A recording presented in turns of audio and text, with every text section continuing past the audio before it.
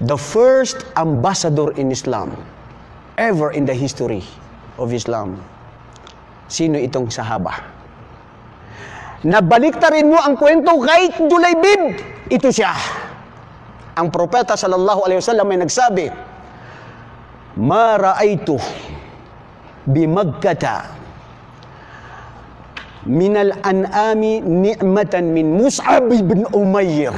Ya Rabb, wala akong nakita sa Makkah, ahlong Makkah, na katulad na maraming biyaya ang ipinagkaloob ng Allah sa kanya ay si Mus'ab ibn Umayr.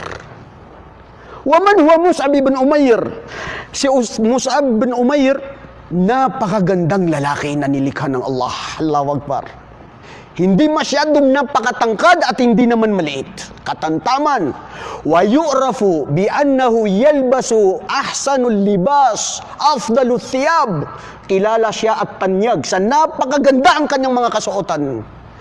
Wa yu'taru bi ajmalil utur. Kilala siya, tanyag sa napakabangong lalaki. At malin, kilala na tanyag ang pamilya, mayaman, magandang lalaki, maganda ang katayuan ng kanyang buhay. Sino? Si Mus'ab ibn Umayr. Ya Rabb. Si Mus'ab ibn Umayr, kamag-anak ng propeta, dahil siya ay anak ni Umayr, na anak ni Hisham, na anak ni Ibn Abdul Manaf. Si Abdul Manaf, pangatlo, pang-apat na lolo ni propeta sallallahu alaihi wasallam. At siya ay anak ng ang kanyang ina ay si Khannas ibn Malik. Wahiya yu'rafu fi ahli Makkah dhu malin. Kilala ang kanyang ina na napakayaman sa mga ahlul Quraysh. Ibig sabihin mga kapatid, si Mus'ab ibn Umayr, malaki ang kinabibilangan ng kanyang pamilya sa mga Quraysh. Maganda ang lalaki, napakabango, maganda ang kasuotan, mayaman, lahat na sa kanya. Kaya yun ay sinaksihan ng propeta sallallahu alaihi wasallam. Pero isang araw, narinig niya si propeta Muhammad alaihi salatu wasalam na nagtuturo ng Islam. Isang araw pumunta sa Darul Arqam, min Daril Arqam, Abil Arqam, nakinig siya sa propeta sallallahu alaihi wasallam ano ang kanilang mga usapin patungkol sa Islam. Ang kanyang ina, musyrik, Quraysh, hindi naniniwala sa kaisahan ng Allah. Wallahi, pag gusto ng Allah, ang sino mang naisin na bigyan ng patnubay, bibigyan ng patnubay. Nung narinig niya ang turo ni propeta sallallahu alaihi wasallam, siya ay tumanggap ng Islam.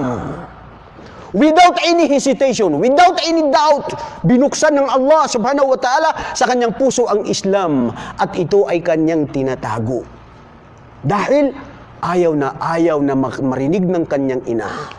Itinago ito sa maikling panahon na siya ay tumanggap ng Islam. Sumasama sa propeta at nakikinig hanggat na pag-alaman ng kanyang ina. Ang kanyang ina na si Khannas bint Malik, "Ya Mus'ab, narinig ko na ikaw ay tumanggap sa relihiyon ni Muhammad. Dahil ikaw ay tumanggap, itatakwil kita, ya Mus'ab. Ano man ang yaman mo na galing sa amin ng iyong ama, ano man ang tinatamasa mo, lahat yan mawawala. Dahil ikaw ay bibitiwan mo ang relihiyon ng kinagisnan natin at sasama kay Muhammad alayhi salatu wasalam, at ikaw ngayon ay mawawala na sa pamilya na kung saan angkan na ikaw ay maging tanyag." Wallahi mga kapatid, si Mus'ab ibn Umayr, pinagliban, iniwan ng kanyang mga magulang, ang yaman kung ano siya, basta lang mapunta sa tunay na pananampalataya ni sa propeta sallallahu alaihi wasallam. Ito ang sasabihin ko sa mga kapatid natin na mga balik Islam, na yung iba sa kanila ay itinakwil na ng kanilang mga magulang.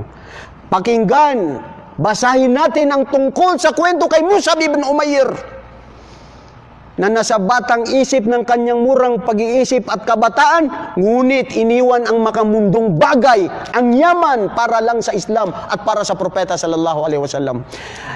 Si propeta sallallahu alaihi wasallam, si Mus'ab ibn Umayr, awwalu ma hajara ila Habasha.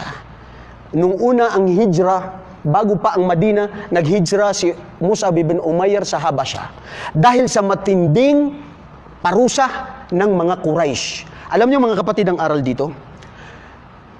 sa mga kapatid natin na bagong tanggap sa Islam, kung pwede na sabihin sa magulang o mga kamag-anak na mag-Muslim ka na hindi ikaw ay mapipinsala o walang mangyayari sa iyo o tatanggapin nila, irerespeto, pwedeng sabihin. Pero kung alam mo na ito ay kakukuhanan ng hindi mabuting aral, magkakaroon ng hidwaan sa pagsasabi mo ng Islam, pwede mo na ito ay patago. Nakita natin ang Islam, si Propeta sallallahu alaihi wasallam nung siya ay sa Madina 3 taon na kung saan sila ay nagtuturo ng Islam na patago. Hindi pa ito lantaran. Bakit? Dahil kung ito ay magiging lantaran, matindi ang parusa ng mga Quraysh sa kanila. At kung ito ay naging tanyag na, nalaman na, nagmuslim ang mga iba sa mga Quraysh na mahihina, doon dumating ang mga parusa patungkol sa kanila. Si Mus'ab ibn Umair, nung bumalik siya mula sa Habasha, ay una na inutusan ng Propeta sallallahu alaihi wasallam na pumunta sa Yathrib bilang isang safir, yu'allimuhum bid-din, para turuan ng mga tao sa Islam. Ang nakakamangha sa kwento ni Mus'ab ibn Umair, mga kapatid, isa sa kanyang mga kapatid ay naging captives, nahuli ng mga taga Madina sa Yathrib dahil sila yung mga kalaban ng mga kamusliman. Nung nakita ng kanyang kapatid, sabi niya, "Oh Mus'ab, ikaw yung kapatid ko." Sabi ni Mus'ab doon sa kanyang mga kasamahan na mga kawal ng mga Muslim sa Madina, yan ay anak ng isang pinakamayaman na babae sa Makkah. Itrato nyo siya sa katulad ng pagtatrato ng katulad ng mga nahuli nyo. At hindi dahil siya ay mayaman na papabilang sa maganda, itrato na may special treatment. Mus'ab, sino ba kinakausap mo? Ako na kapatid mo o sila?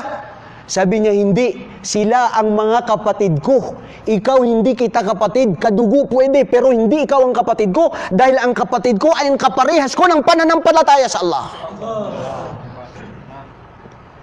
Katulad kay Propeta Noah alayhi salatu wasalam, nung nalulunod na ang kanyang anak na, "Ya Rabbi, innahu ibni." O aking Panginoon, siya ay anak ko.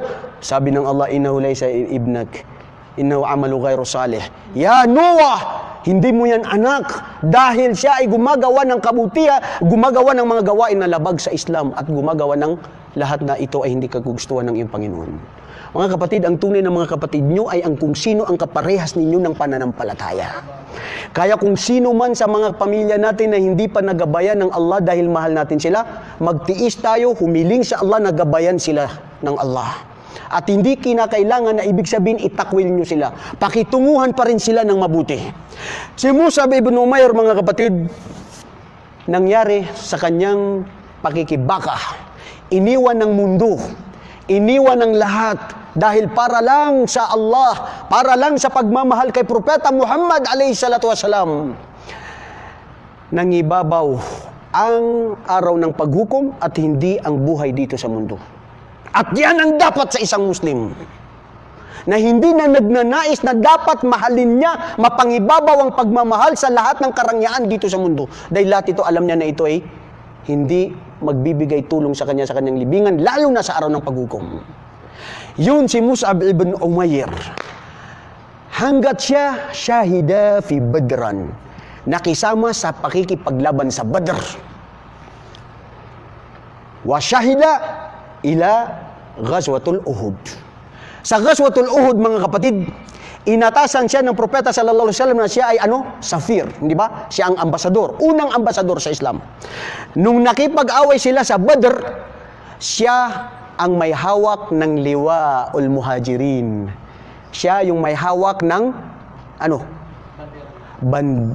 bandila ng mga kamusliman. Dahil sa oras na iyon na pakikipaglaban, habang nakikita pa ang bandila ng mga Muslim na ito ay nananatiling nakatayo, ibig sabihin malakas pa sila. Si Mus'ab ibn Umair napabalita sa Badr, sa Uhud, na kung saan si Propeta sallallahu alaihi wasallam ay nahirapan ng todo. Nasaktan si Propeta sallallahu alaihi wasallam hanggat natanggal ang isa sa kanyang mga ngipin. Nagkadugo ang kanyang katawan. Nabalita na siya ay napaslang. Sino? Si Propeta sallallahu alaihi wasallam. Hinanap ni Mus'ab ibn Umair si Propeta sallallahu alaihi wasallam para ito ay protektahan. Ngunit nakita ni Mu'tah at Bintalha na siya ang pumaslang at pumatay kay Mus'ab bin Umair. sa kanang kamay kung saan itinataas pa rin ni Mus'ab ibn Umair ang bandila ng mga kamusliman. Nung siya ay pinaslang, pinutol ang kanyang kamay. Hindi nadala ang bandila ng mga Muslim, ginamit ang kaliwang kamay. Nakita ng kalaban, pinutol na naman ang kaliwang kamay. Hanggat nanatili si Mus'ab ibn Umair na ang kanyang ginamit niya ay ang kanyang dibdib para panatilihin na patayuin, pakita sa mga Muslim na nananatili pa rin na malakas ang mga Muslim pala, hindi sila mawala ng pag-asa.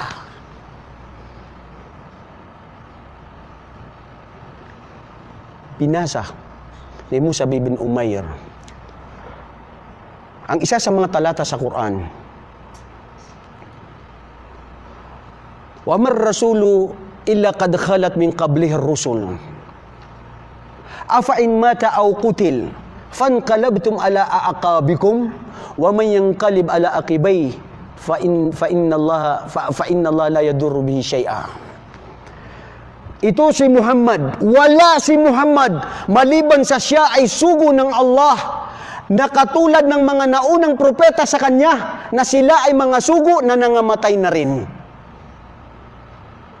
O kung si Propeta Muhammad ay mapaslang, umamatay na rin siya, magtatalikuran na rin kayo na kayo ay nabigyan ng gabay dahil nawala si Propeta sallallahu alaihi wasallam. Allahu Akbar. Tignan nyo pananatili ng tigib ng pananampalataya ni Mus'ab. Si Muhammad ay wala maliban sa siya ay sugo katulad ng mga sugo na nauna sa kanya, na nangamatay na rin. Si Muhammad sallallahu alaihi wasallam, kung siya ay mapaslang umamatay, ano, tatalikod na rin kayo? Ito ay challenge sa atin lahat. Ikaw na ngayon ay tumanggap sa Islam. Dahil kinukutya ang Islam at ang mga kamusliman. Dahil maraming mga pagbabatikos patungkol sa Islam. Dahil maraming pagsubok na nangyari sa buhay mo. Ano, tatalikod ka na rin? Magiging murtad dahil sa mga pagsubok sa'yo? Mga kapatid, fa inna Allah la yadurru syai'. Ang Allah subhanahu wa ta'ala ay nananatili at walang mapipinsala sa Kanya at bibigyan ng gantimpala ang mga taong tunay na tigib at totoo ang kanilang pananampalataya sa Allah subhanahu wa ta'ala. Si Mus'ab ibn Umair, mga kapatid, nanatili pa rin siya sa kanyang tigib na paniniwala at pagmamahal sa propeta sallallahu alaihi wasallam hanggat noong siya ay napaslang, siya ay naging shahid, naging martir sa Ghazwatul Uhud. At ito ang masaklap na nangyari sa buhay niya. Si Mus'ab ibn Umair, sa yaman ng kanyang tinatamasa, noong siya ay napaslang, anong nangyari, mga kapatid? Allahu Akbar, ya Rab. Nung napaslang at nakita ni Propeta sallallahu alaihi wasallam, nakita niya, ito yung tao nakilala, tanyag, mayaman, lahat na sa kanya. Ngayon namatay, ipinagpalit ang lahat ng karangyaan sa mundo para lang sa Allah at para lang sa Propeta sallallahu alaihi wasallam. Ngayon ay namatay at magbabalik sa kanyang Panginoon. Wallahi, mga kapatid, ang ginamit sa kanya na damit o kumot na bilang pangtakip sa kanyang katawan, pag tinakpan mo ang ulo niya hanggang sa katawan niya, makikita ang paa.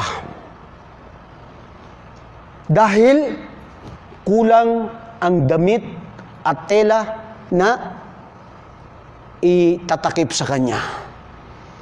At pag ito ay tatanggalin sa kanyang ulo para ilagay sa kanyang, para takpan ng kanyang paa, para hindi makita, makikita na naman ang kanyang ulo. Hindi kasya ang kapirasong kumot, tela, damit na nilagay sa katawan ni Mus'ab ibn Umair. Ipinagpalit ang yaman, ang karangyaan sa mundo para sa Propeta sallallahu alaihi wasallam.